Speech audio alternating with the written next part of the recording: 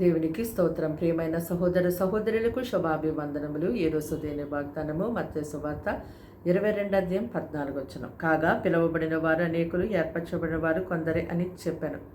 చూడండి, ప్రభు అయిన యేసుక్రీస్తు వారు దినమెల్లా ఆయన తన చేతులు చాపి ఈ లోక జనులందరినీ ఆయన యొద్దకు రమ్మని పిలుస్తున్నారు. అనేకులు ప్రభుని వెంబడిస్తున్నారు. ఈ దినాన వారికున్న సమస్యలు బట్టి, బాధలు బట్టి, శ్రమలు బట్టి వెంబడిస్తున్నారు ప్రభుని. ప్రభు కూడా కనికర సంపన్నుడు కనుక, ఆయన దయగల దేవుడు కనుక, అందరికీ ఉపకారి కనుక ఆయన ఎంతో గొప్పగా ఆయన ఎద్దుకు వచ్చినటువంటి వారందరినీ ఆ యొక్క సమస్య నుంచి, ఆ బంధకాల నుంచి విడిపిస్తున్నారు. అయితే విడిపించబడిన తరువాత మరలా ఆ జనులు లోకంలోకి వెళ్ళిపోయి మరలా వారికి నచ్చినట్టుగా, వారిష్టానుసారముగా, వారికి తోచినట్టుగా జీవిస్తూ ఉన్నారు.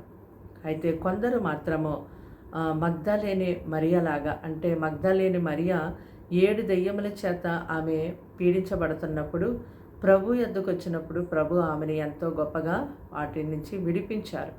అయితే ఆమె మంచిగా అయిన తరువాత ప్రభువుని విడిచి ఆమె వెళ్ళిపోలేదు. కానీ నా జీవితంలో ఎంత గొప్ప కార్యాన్ని ప్రభు జరిగించారు.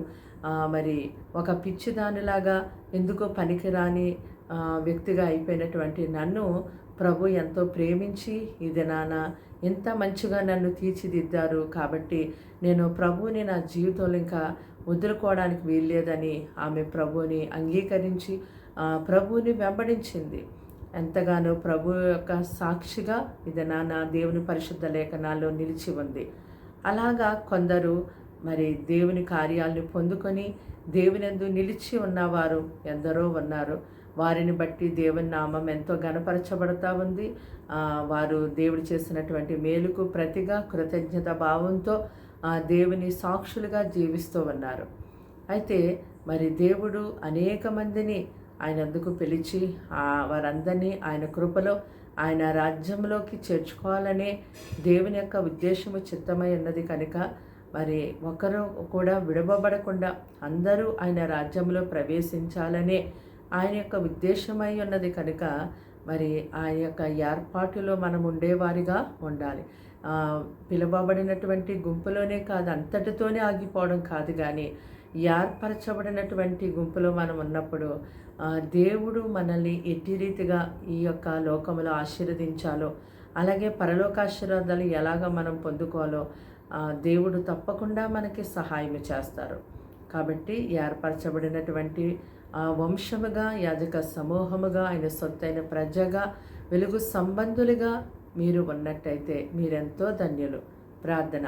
దేవానికి వందనములు, స్తోత్రాలు, స్తుతులు చెల్లిస్తున్నాము తండ్రి. మాటలు వింటున్న నీ బిడ్డల్ని మీ రక్తంతో కడిగి ముట్టి పరిశుద్ధపరిచి పవిత్రపరచండి. వారింటూ వారికి రక్షణ ఇవ్వండి. ప్రభువా, నీ వాక్యాన్ని వింటూ ఉన్నారు ఉదయ కాలంలో తండ్రి. వారు ఈ యొక్క మాటల ద్వారా ఎంత సరిచేయబడాలో, ఎలాగ నీ కొరకు జీవించాలో అయ్యా మీరే ఇప్పుడే వారిని దర్శించి వారిని సరిచేసి నీ కొరకు స్థిరపరచుకొనండి. వారి కుటుంబాల్లో ఉన్న ప్రతి అక్కర తీర్చండి. వారి పనులు భారం నీ మీద మోపుతున్నాము. వారి పనులు సక్సెస్ఫుల్గా జరిగించండి. అడ్డులు ఆటంకాలు తీసండి. అనారోగ్య సమస్యలను ముట్టి స్వస్థపరచండి. కుటుంబాల్లో ప్రేమ, సమాధానం, ఐక్యతనివ్వండి ప్రభా. అయ్యా అపవాది యొక్క క్రియలన్నిటినీ లైవ్ చేసి అయ్యా నీ ప్రజలకు మీ సన్నిధి బహుబలంగా దినమంతా తోడుగా ఉంచండి. వారు నీ తట్టు తిరిగి వేటి కొరకైతే అనుదినము కన్నీరు కాచి ప్రార్థన చేసి వేడుకుంటున్నారో ఆ యొక్క ప్రార్థనలకు చెవియొగ్గి ప్రభా వారికి ఆదుకొని వారికి సహాయం ఇచ్చేమని అడుగుచూ ఉన్నాము తండ్రి. స్తోత్రాలు. ఈ దినమంతా పగలు రాత్రి మీరే కాచి దాచి కాపాడండి. పిల్లలు మొదలుకొని వృద్ధుల వరకు ప్రతి ఒక్కరిని కూడా గొప్పగా మీ రెక్కలతో కప్పి కాచి కాపాడమని, కీడు నుంచి, శోధ నుంచి, అప్పటి తప్పించమని యేసుక్రీస్తు నామములో ప్రార్థన వినంతో సమర్పించి అడిగి వేడుకుంటున్నాము తండ్రి. ఆమేన్.